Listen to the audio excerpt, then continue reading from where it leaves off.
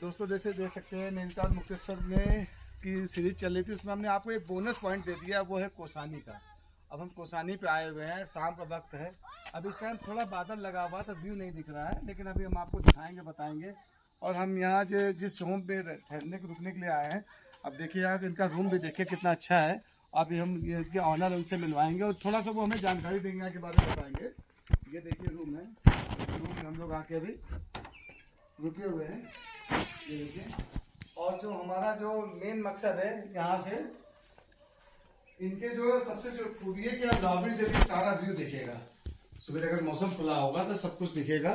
बाकी यहाँ की हमें बारे में ज़्यादा जानकारी नहीं है, तो हम जरा सर से पूछते हैं और आपको बताते हैं। और तो आइए मिलते हैं यहाँ की जो ऑनर है। सर जी, आपका नाम क्या है? गोपाल है सर। गोपाल है। आपकी इसी होम इसका होटल का क्या नाम है? माउंट वैली जो माउंट वैली नाम है। और तो ये बताइए, ये जो है, अब आप बता सकते हैं कि ये मतलब ये जो हम जो चीज़ देखने को आए हैं अभी नहीं है, आपने बताया था, क्या है ये? सर, ये जो हिमालयन रेंज है, हाँ, ये 360 किलोमीटर का थोड़ा ऐसे लंबाई में इसकी लंबाई इतनी है 360 किलोमीटर। किलोमीटर। जी हाँ। अरे बाप और रे। 180 डिग्री पर जो व्यू दिखाई देता है ऑल ओवर वर्ल्ड से कहीं से दिखाई नहीं देता है, एक जगह खड़े होके। मतलब 180 का इनका कहने मतलब 180 की रेंज में 360 किलोमीटर रेंज जो है 360 किलोमीटर की रेंज है, वो यहाँ से 180 की रेंज से दिखता है। वर्ल्ड में कहीं भी आप नहीं देख सकते। एक जगह खड़े होके। यही हिमालय आपको नैनीताल से भी, रानीखेत, अल्मोड़ा, अच्छा। हर जगह से यही दिखाता है, थोड़ा अलग अलग अलग अलग व्यूज दिखता है, है, पॉइंट ऑफ व्यूज है। वाटर व्यूज है। हाँ। लेकिन कोसानी की खास मतलब खूबी ये है यहाँ का कि main- आप यहाँ से अगर एक जगह इसका ईयर डिस्टेंस है सर 44 किलोमीटर। ये रेशियो जो 44 किलोमीटर का रेशियो है कोसानी से। जी हाँ। और दूसरा क्या है, ये राइट हैंड जो आप जो देख रहे हैं, ये हमारा ईस्ट है, इधर से सनराइज होता है सुबह में। सुबह सनराइज। जी हाँ सर। अच्छा, मॉर्निंग। सनसेट होते हुए तो दिखाई नहीं देता, सनसेट होता है पीछे की तरफ, हाँ। लेकिन अपने वेस्ट में, लेकिन उसका रिफ्लेक्शन हिमालय से पड़ता है। अगर हिमालय जब भी क्लियर होता है ना सर, हाँ, तो साफ दिखा। बिल्कुल गोल्डन रेनबो कलर में चेंजिंग होती रहती है, तो आपको अच्छा। बहुत बढ़िया मतलब एक व्यू एहसास दिखता होता है। है। हाँ। हाँ जी अच्छा, जो ये जो दिखेगा हमें यहाँ से सनराइज सूर्य हम देख सकते हैं। हाँ। जी सर। सनराइज आपको देखने को मिलेगा। और ऊपर वाला ने चाहा तो अगर हम सूर्य अगर मौसम खुला होगा, और जो सामने की तरफ वैली दिखाई दे रही है, ये बैजनाथ वैली है, गरुड़ बैजनाथ वैली। गरुड़ बैजनाथ ये सामने बैजनाथ धाम के नाम से जाना जाता हाँ, है। हाँ, वो जो इधर सामने है ना, हाँ। इधर इधर शिव पार्वती का बना हुआ 13वीं शताब्दी का बहुत पुराना मंदिर है, जो यहाँ के राजाओं द्वारा, मतलब यहाँ के जो चंद्रवंशी राजा थे, हाँ। उन्होंने एक रात में तैयार किया है सर ये मंदिर। एक रात में? जी हाँ सर। जो बाप छूटा है, जो छूट गया वो टूटे नहीं है, सब अधूरे रह चुके हैं, क्योंकि चंद्रवंशी राजा लोग जो थे रात को ही जो भी काम करते थे, रात उसके को। बाद सुबह के टाइम में कोई भी काम नहीं करते थे। ये एक मेन ये है। दूसरा क्या है, यहाँ पर नजदीक में नियर अबाउट में कोसानी के, एक तो सबसे पहले आप हमारे पीछे देख रहे हैं, यहाँ पर से 200 मीटर पर गांधी आश्रम है, वॉकिंग डिस्टेंस पे। अच्छा, वाकई ठीक है। हाँ। और इसके उसके बाद नीचे आते हैं सुमितन पंत जी का घर है। यहाँ पर सुमितन पंत जी जो कवि थे, हाँ। हिंदी के जो छायावादी कवि रहे हैं, उनका हाँ। घर है, जन्मस्थल है कोसानी। यही है। और यहाँ पर से नजदीक में आप देखेंगे, जो अगर लोकल साइड में टी गार्डन है यहाँ पर, अच्छा। 3 किलोमीटर पर 3 किलोमीटर टी गार्डन है, टी फैक्ट्री है और सॉल फैक्ट्री है। सॉल्ट फैक्ट्री है। और उसके बाद अब अगर नजदीक में तो बैजनाथ है 17 किलोमीटर, जो आपको मैं बता चुका हूँ वैली पे। उसके बाद अगर पीछे की तरफ जाते हैं अपोजिट साइड में 10 किलोमीटर पे यहाँ से रुद्रधारी वाटरफॉल है सर। तो ये जो गांधी आश्रम तो क्या गांधी जी आए थे क्या जी यहाँ हाँ, गांधी जी आए थे यहाँ पर 1929 में। 1929 में? मतलब कितना मतलब रुके हो क्या? वो यहाँ पर 14 दिन रुके थे सर। 14 वैसे तो विश्राम करने के लिए रुके थे, उनका अधिवेशन ये कोई अपनी बैठक पे आए थे इधर बागेश्वर में।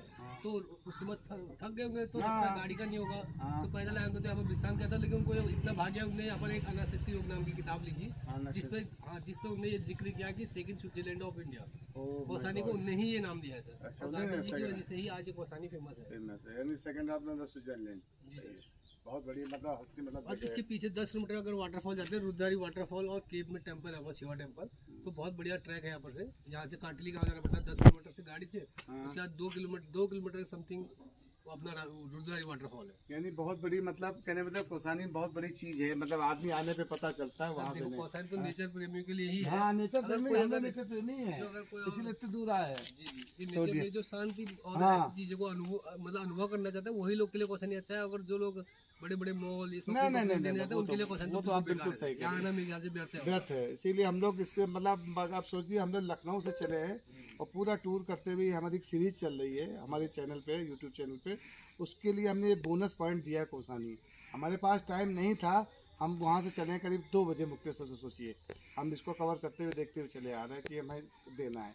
इसलिए हम लोग पहुंचे, अब टाइम पे बाकी पहुंच बाकी गए। सर आप और जगह भी घूम जा रहे हैं, अब आगे की तरफ जो खुला एरिया है हम्म। ना, आप कभी बताइए कहीं से आपको इतने खुला एरिया कहीं दिखता नहीं नहीं, कहीं नहीं दिखता, कहीं नहीं। बिल्कुल देखिए आप कितना खुला हुआ एरिया, आप सामने की तरफ इतना एरिया अच्छा, खुला ये हुआ। जो नदी हमें मिली थी, ये नदी कौन सी नदी है? ये मिली- कोसी रिवर ये है। कहाँ से आती है? ये हमारे जो मैं वाटरफॉल बताया ना, रुद्रधारी वाटरफॉल, उससे ऊपर करके बेड़चुआ करके एक जगह है पिनार। नहीं तो कोसी नदी तो ये नेपाल में, हमने सोचा ऐसा तो नहीं नेपाल से ये आती है। नहीं नहीं सर, इसका उद्गम स्थल इधर ही है, इधर बेड़चुआ करके एक जगह है रुद्रधारी बेड़चुआ। वाटरफॉल से कम 5 किलोमीटर ऊपर। अच्छा। तो कूस जो घास होती है सर, उसके तिनके के जड़ से निकली हुई उद्गम नदी है। सबसे बड़ी खासियत इस नदी की है हाँ, कि ये नदी जो है कोई भी ग्लेशियर से नहीं आती है, नहीं आती मतलब उसके ऊपर कुछ है ही नहीं सर। वहाँ कुछ है ही नहीं। हाँ, तो ये समझ लीजिए आप गॉड गिफ्टेड नदी है, नदी और है। इसमें हमेशा पानी आता है। ये पूरा यहाँ से अल्मोड़ा तक के लोग का मतलब जीवन यापन करती है। नहीं, हमने सोचा, कई लोगों ने बताया था कि ये नदी यही बहती हुई गोमती नदी जाती है उस घास जो है ना सर, हाँ। उसके जड़ से निकलती है, इसलिए इसका नाम कोसी।